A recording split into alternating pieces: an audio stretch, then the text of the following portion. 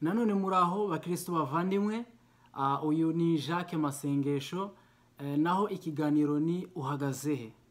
Ndi Jacques Masengesho, ubu turi mu kiganiro uhagazehe. Ubu ngubu ntabwo tugira amahirwe yo gukomeza cya kiganiro cy'ubuyobozi bubereye abakristo, tuzakireba ubutaha, kubera ko gifite igice cya mbere, tuzagaruka n'igice cya kabiri turi no kugisoza. Ubu ngubu tugiye gukomeza mu cyigisho cya JIA cyangwa se icyigisho gishingiye kuri JIA muri rusange, bitewe n'ikibazo mugenzi wacu yatubajije muri comment. Nongere nabibutse ko umuntu uzagira ikibazo muri ibyigisho ajya bishira muri comment section down below, hepfo muka box ka comment, harya bakunze kwita ngo ni muri comment section. Ya ubaza ikibazo tuzajya tugusubiza mu buryo bworoshye cyane, cyangwa se tugusubize kuri telefone yawe, tugusubize se kuri message, cyangwa tugusubize mu kiganiro cy'ubutaha. Nta kibazo, inzira yose tuzadukoresha. Uyu munsi tugiye kugaruka ku kiganiro cya JIA bitewe n'ikibazo, nongeye mbisubiye mu kibazo cya mugenzi wacu watubajije ngo yarabajije agira ati ndagira ngo uzadusobanurire aho JIA yaturutse. Ndagira ngo uzadusobanurire aho JIA yaturutse n'icyo ibigamije ku rubyiruko rw'Abadiventiste. Ati ndagira ngo uzadusobanurire aho JIA yaturutse n'icyo ibigamije, ni ukuvuga umugambi, n'icyo ibigamije ku rubyiruko rw'Abadiventiste. Urakoze cyane. JIA, hano tugiye kwiga amateka ya JIA. Noneho tubitumye twinjira mu amateka ya JIA, nabwo igice cya mbere tuzagaruka, n'ubundi n'igice cya kabiri. Tugiye kwiga igice cya mbere, tuzagaruka n'igice cya kabiri, aho tuzinjira deep, mu buryo buri deep, mu buryo twinjiramo buri detaye mu mateka ya JIA. Hanyuma yaranambajije kuri WhatsApp, aravuga ngo udusobanurire n'irya myenda bambara ikivuze, irya myenda abajiya bambara ikivuze. Nshuti yanjye, ndagira ngo nkubwire ko tugiye kwinjira mu kiganiro cy'amateka ya JIA igice cya mbere, aho turi buvuge ni nka introduction ya JIA cyangwa se kwintroducinga JIA. Noneho mu gice cya kabiri tuzavuga amateka yayo mu buryo bwimbitse, hanyuma imyenda, icyo kugusobanurira imyenda, irya myenda bambara ikisobanura, nzagisobanura muri video ya gatatu y'ibyerekeye JIA, aho tuzaba dufite topic ivuga ngo technique ya JIA. Muri technique ya JIA nibwo tubona ibisobanuro by'iriya myenda abajiya bambara, kandi buri kantu kose kajyaniranye n'iriya myenda nzakagusobanura, kuko imyenda bambara n'amabara ayigize, buri kantu kose umujiya yambara, arya amabara agize imyambaro yabo, forari, ingofero, imyenda bambara, inkweto n'amasogisi baba bambaye, byose bifite ubusobanuro. Nzabigusobanurira, mbitangire ubuhamya, cyangwa se mbigusobanurire mu buryo bwimbitse kugira ngo ubyumve kurushaho. Amateka ya JIA igice cya mbere. Ubundi mu mateka, iyo tuvuze ngo amateka ya JIA, turi kumvamo amagambo abiri: amateka tukumva na JIA. Mbese JIA ni iki? Definition cyangwa se JIA icyo ari cyo. JIA ni iki? JIA ni ijambo rishatse kuvuga ngo Jeunesse Adventiste, cyangwa se hano dukunze gukoresha noneho ijambo AY. AY bivuze ngo Adventist Young, cyangwa se Young Adventist. AY, Adventist Young. Noneho JIA muri rusange nk'uko twamenyereye gukoresha ijambo JIA, JIA ni Jeunesse Adventiste, cyangwa se urubyiruko rw'Abadiventiste. Ijambo rya kabiri, amateka. Amateka ya JIA. Amateka ni iki? Definition. Amateka ni iki? Amateka ni inkuru ivugwa n'umuntu akayisobanurira abandi nkaho iyo nkuru yabayeho ahibereye. Ni ukuvuga ngo amateka ni inkuru, cyangwa se ni ibintu usobanurira bagenzi bawe, ariko ukabisobanura nkaho ibyo bintu byabaye uhibereye. Okay? Amateka ni inkuru ivugwa n'umuntu akayisobanurira abandi nkaho yabayeho ahibereye, nkaho iyo nkuru yabaye uhari, ukayibasobanurira nkaho yabaye uhari. Murakoze cyane. Noneho ijambo JIA, ijambo JIA cyangwa se urubyiruko rw'Abadiventiste, umugambi wayo ni uwuhe? umugambi wa jiya, okay? Umugambi wa jiya ni uwuhe? Objectif cyangwa se mission ya jiya ni iyi. Umugambi wa jiya cyangwa se misiyo ya jiya ni ukwamamaza ubutumwa bwiza bw'abamarayika batatu. Kwamamaza ubutumwa bw'abamarayika batatu buboneka mu byahishuwe igice cya 14 umurongo wa 6 kugeza wa 12. Misiyo ya mbere ni ukwamamaza ubutumwa bw'abamarayika batatu buboneka mu byahishuwe 14 umurongo wa 6 kugeza wa 2. Misiyo ya kabiri ni ugutebutsa kugaruka kwa Kristo.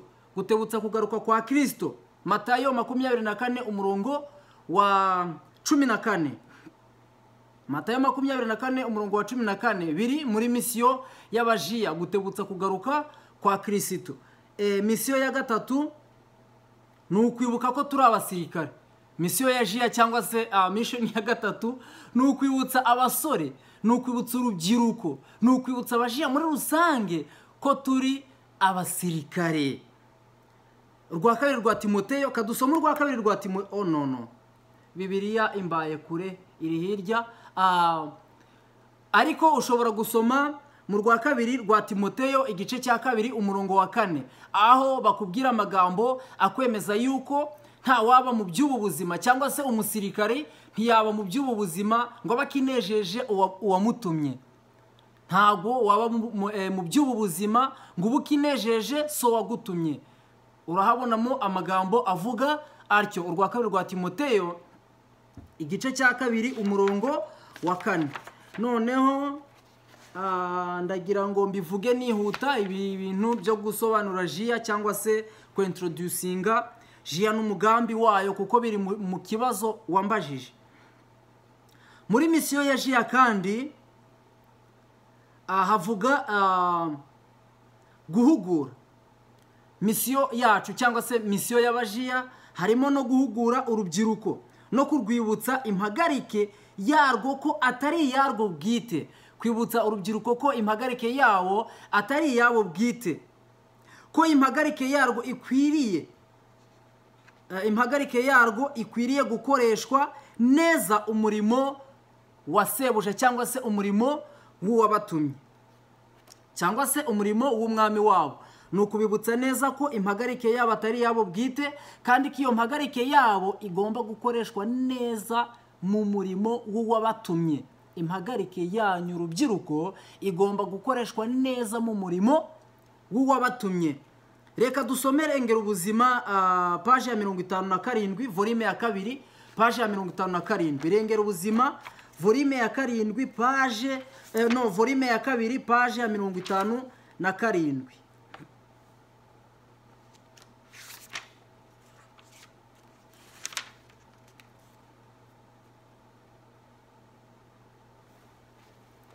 Cyangwa se reka dusome ku ipaje ya 60, nta kibazo.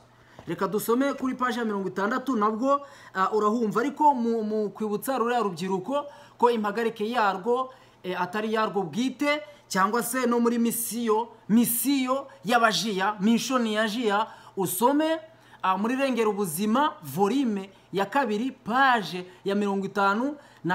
Urahasanga amagambo agufasha kumva neza misiyo y'abajiya n'icyo urubyiruko rwibutswa. Misiyo y'abajiya n'icyo urubyiruko rwibutswa. Cyangwa se bakubwire amagambo avuga, ni ukuvuga ngo ni icyigisho kivuga ku ishuri rya mbere ry'aho umwana yigira, ishuri rya mbere ry'aho umwana agomba gutorezwa. Urahasanga amagambo agusobanurira neza ku ruhari cyangwa se kuri misiyo ya jiya. Hano kuri iyi paje dushobora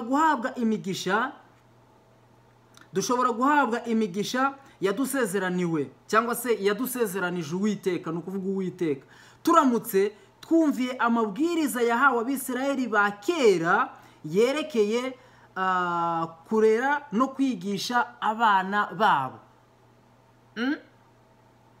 Dushobora guhabwa imigisha yadusezeranije turamutse twumviye amabwiriza yahawe Abisirayeli ba kera kukurera no kwigisha abana babo. Twibutse kurera no kwigisha cyangwa se imigisha Uwiteka yasezeraniye Abisirayeli mu gihe yabibutsaga iteka ryose kwigisha abana babo. Burya no ku gihe cya kera Uwiteka yahoraga yibutsa Abisirayeli kwigisha abana babo.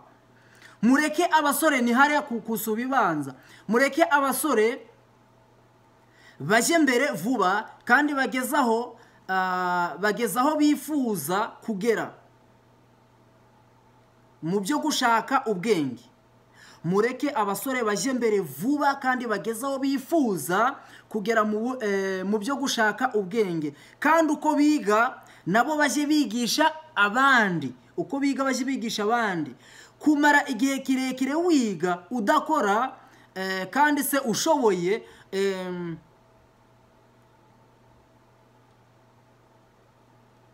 mumbabarire gatoya, kumara igihe kirekire wiga udakora uko ushoboye ngo utange icyo wabonye, kumara igihe kirekire uhugurwa kandi udatanga kuri ayo mahugurwa, udatanga ubuvungukira bw'ayo mahugurwa yo ku cyo wabonye, kenshi biratudindiza mu cyimbo cyo gufasha umuntu ngo akuze amajyambere ye.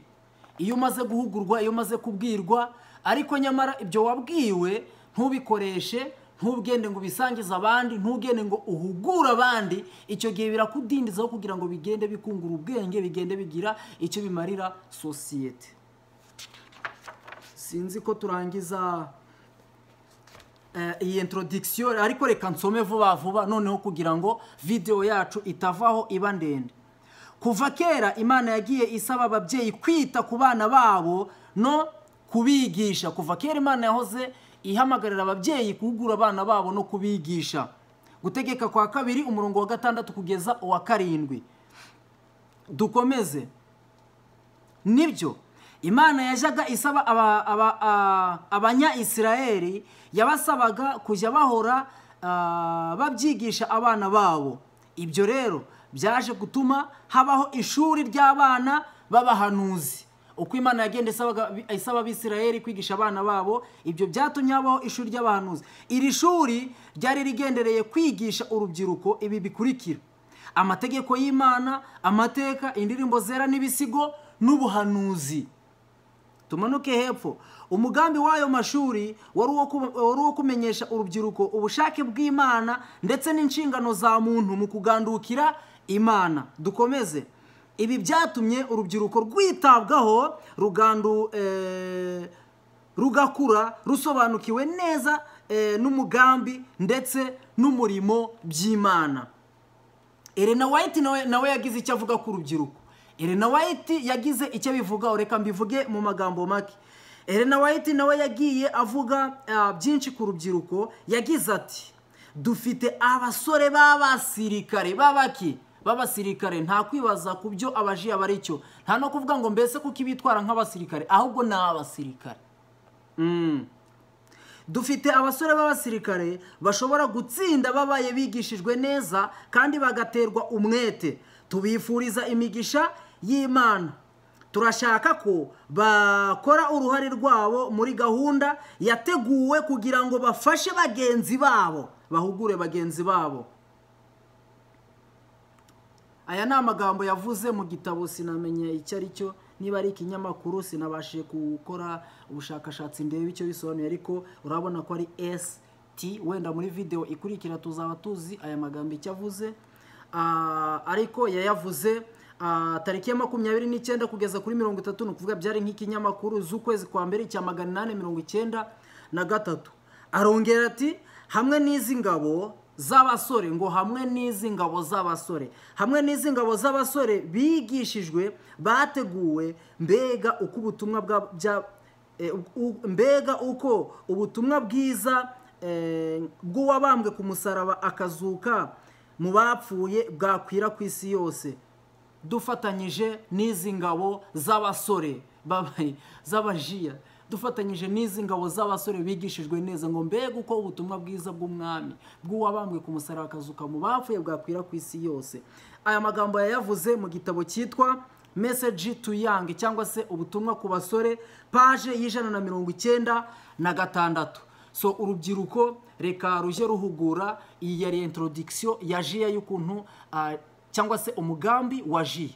ni ukuvuga ngo umugambi wa jiya na mission yayo ni uguhugura urubyiruko no kurwibutsa ubushake bw'Imana kuri bo, kurwibutsa ubushake bw'Imana cyangwa se ku mirimo batumiwe, ngo bagende ku byo bize, ku byo bahuguwe, mu bahugure abandi, kuko urubyiruko ubu ruraryamye ndetse kandi rwakagombye guhugurwa kurushaho. Uburyo rwitwaye n'uburyo cyangwa se n'icyo bagenewe gukora n'icyo bahamagarirwa gukora ntago bihuye. Misiyo ya jiya ni iriya, ni ukujya kubwiriza ubutumwa bwa marayika wa gatatu, ni uguhugura urubyiruko, ni ukurwibutsa inshingano zarwo, kandi no kuzirikana neza ko turi abasirikare.